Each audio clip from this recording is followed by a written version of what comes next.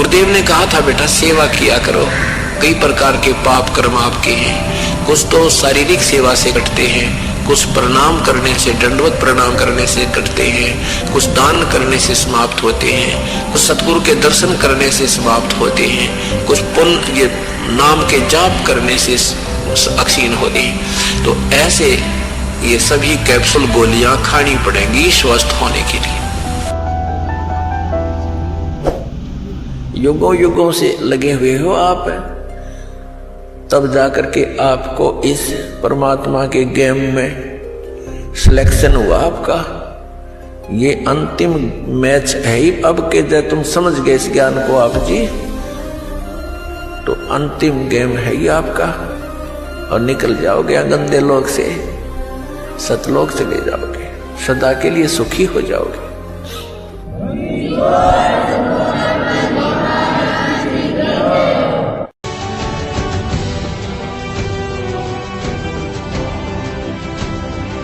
ईश्वर के नाम का जाप करने से आपके अंतःकरण के अंदर एक तो सफाई आवेगी।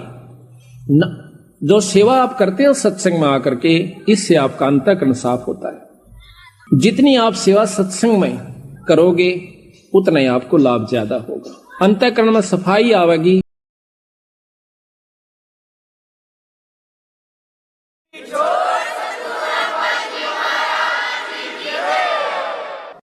अब देखो परमात्मा ने क्या कहा है कि घर घर बोध विचार हो, दुर्मति दूर बहाए, और कलयुग में एक होकर सब बरतें सहज स्वभाव।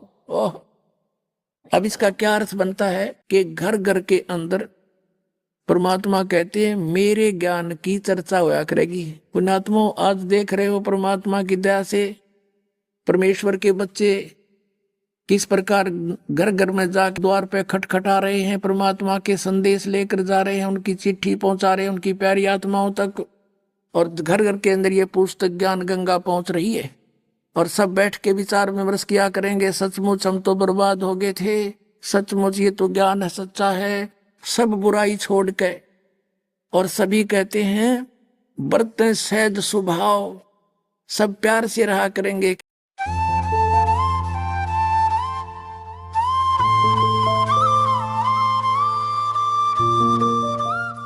एक समय परमात्मा कबीर जी के भक्त थे, वो कहीं किसी अन्य पहुंच गए, किसी कोई भगतमती बहन थी यानी कोई सेविका थी, उसके वहाँ चले गए। परमात्मा के जाने के बाद ये अपने आप मनमुखी संत भी बन जाते हैं, लेकिन भक्ति करने से थोड़ी बहुत उनके अंदर वो साधु गुण अवश्य आ जाते हैं। उनसे आगे लाभ भले ही ना होता, लेकिन वो आध्यात्मिक मार्ग से परिचित अवश्य होते हैं। तो इस प्रकार का एक संत किसी अपनी सेविका के घर चला गया, और गुरुजी आगे गुरुजी की सेवा श्रद्धालु खूब करते हैं, और उनके घर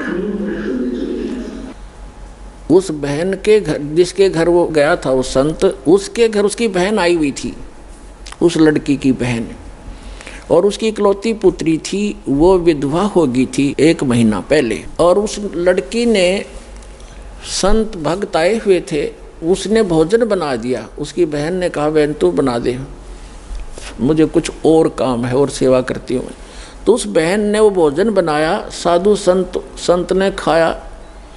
सुबह उठ के उसको सारी रात सपने आए, मेरी बेटी विधवा होगी, हे भगवान क्या होगा, मेरी बेटी विधवा होगी, इसके तो बालक भी छोटे छोटे हैं, अब इसका क्या हाल होगा हैं। आगे दूसरा पति, उसका भाई भी नहीं था पति का, बटेऊ का, अब इसका क्या रहा होगा, यानी इतनी चिंतित थी। तो सुबह उठ के उस संत ने कहा अपनी शिष्या से, बहन आज ये हमारा भोजन किसने बनाया था, ये कल रात का जो भोजन था ये किसने बनाया था। तो उसने बताया जी मेरी बहन आई हुई है, उसने बनाया था। अच्छा, क्या कोई आपत्ति है उसके ऊपर, कोई दुख है उसको? कहा महाराज जी घना दुख उसको, तो नाम तो उसने ले नहीं रखा। उसकी एक का बेटी थी और वो विवाह कराया था, 2 बालक छोटे छोटे, उसके पति की मृत्यु होगी, विधवा होगी बेटी, यह बहुत दुखी है। तो पुण्यात्माओं अब उसके द्वारा बनाए गए वो सोच विचार जो उसके थे उस अन्न में पहुंचे, और उस अन्न को खाने से उस संत भी डिस्टर्ब हो गया। और इसी प्रकार आप इस भक्ति जैसे बहन बेटियां हैं, अब क्या करती हैं, मोबाइल परमात्मा ने चला दिए और बहुत से सिस्टम ऐसे चल गए हैं। ये इतना सहज मार्ग है पुण्यात्माओं, जैसे आरती करते हो, सुबह का नित्यनेम भी करते हैं, क्योंकि इसमें मानसिक काम नहीं है। जैसे खाना बनाना इस रूटीन है। अब जैसे गाड़ी चलाते हैं, अब उसमें मानसिक काम घना नहीं होता, अभ्यास हो जाता है इनका अपने हाथों का अपने आप ही। तो उसमें भगवान की भक्ति, जैसे आरती लगा दी, आरती भी करता रहे और काम भी करता रहे। जैसे बहन आरती करती हैं या मंत्र करते करते नाम आरती रोटी बना रहे हैं, मंत्र करने लगे, तो उनका असर उस अन्न में भी होगा और खाने वाले को भी वो अनुकूल करेगा, उसमें उसका लाभ देगा। तो इसी प्रकार ये साधना ऐसी है, इससे पूरे विश्व का कल्याण हो जाएगा। लोग धर्म की तरफ चलेंगे, क्योंकि अधर्म करके सब थक चुके हैं, शराब मांस तम्बाकू पी कर थक चुके हैं, लेकिन इनको कोई विकल्प नहीं दिखता, क्योंकि समाज के अंदर ये बुराई घनी घर करगी और कदम कदम पर आगे साथी मिले हैं पीने और खाने वाले। तो अब ये दास जो ट्राई कर रहा है, कोशिश कर रहा है कि सबद समाज बनाए, और समाज ही बच्चे जो पुण्यात्मा हैं वही अधिक मात्रा में हो जाएंगे बीड़ी शराब मांस तम्बाकू से दूर और सतभक्ति करने वाले। तो धीरे धीरे उन बुराई को हटाएंगे, अन्य को भी दूर करेंगे, वो भी देखम देखा फिर अच्छाई पर लगेंगे। जैसे देखम देखा ये बुराई सब में घर कर गई है। अब प्रसंग जो चल रहा है पुण्यात्माओं कि अब ये जो समय है ये इन 4 युगों की करीब है, सतयुग त्रेता द्वापर की और इस कलयुग की। अब ये प्राइम टाइम है भक्ति का, मोक्ष कराने का।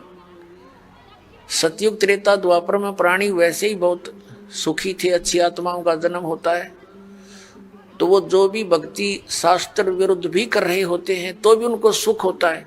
तो वो ये समझ बैठते हैं कि जो साधनाएं हम कर रहे हैं इन्हीं से हमें लाभ हो रहा। जैसे ये दास पहले भगवान श्री कृष्ण, भगवान विष्णु, भगवान शंकर जी, बाबा श्याम जी, हनुमान जी और भी जो भी देवी देवता हमारे पवित्र धर्म में हमें पूज्य बता रखे थे, सबकी पूजा करते थे।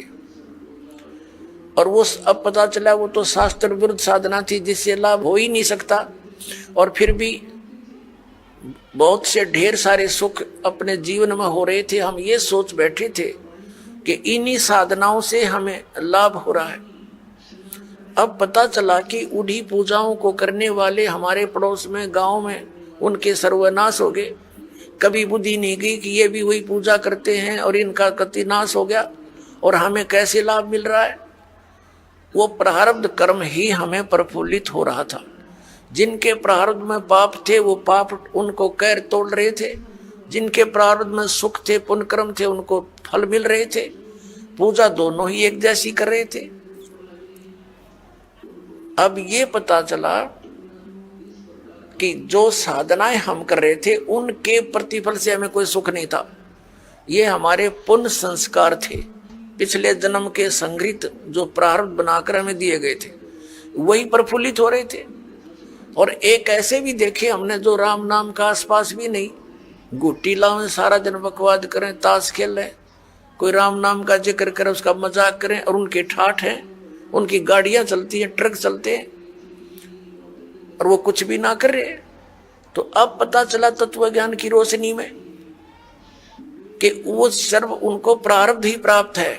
आगे उनका भट्ठा बैठेगा एक कदम, जब तक पिछले जन्म की बैटरी चार्ज है इन्वर्टर की।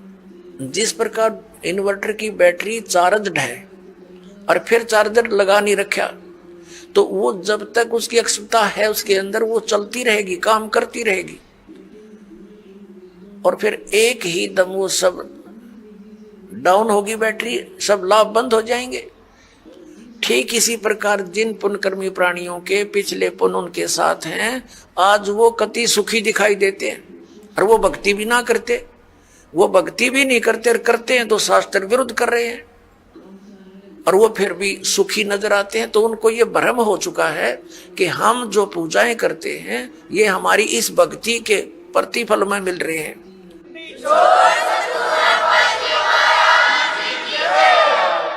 तो ये उनकी भूल है। इसी प्रकार सतयुग त्रेता द्वापर में सभी प्राणी, वो बहुत पुण्यकर्मी प्राणियों का जन्म उन युगों में होता है, तो उनके पूर्व जन्म के संस्कारों से उन्हें फल लाभ मिलते रहते हैं। वो सोचते हैं हम सुखी हैं इसी साधना से, तो उनको कोई कहे कि ये पूजा छोड़कर ये करो, वो नहीं मानते। दूसरा कारण उस समय क्या रहा कि उस समय शिक्षा नहीं थी। शिक्षा के अधिकारी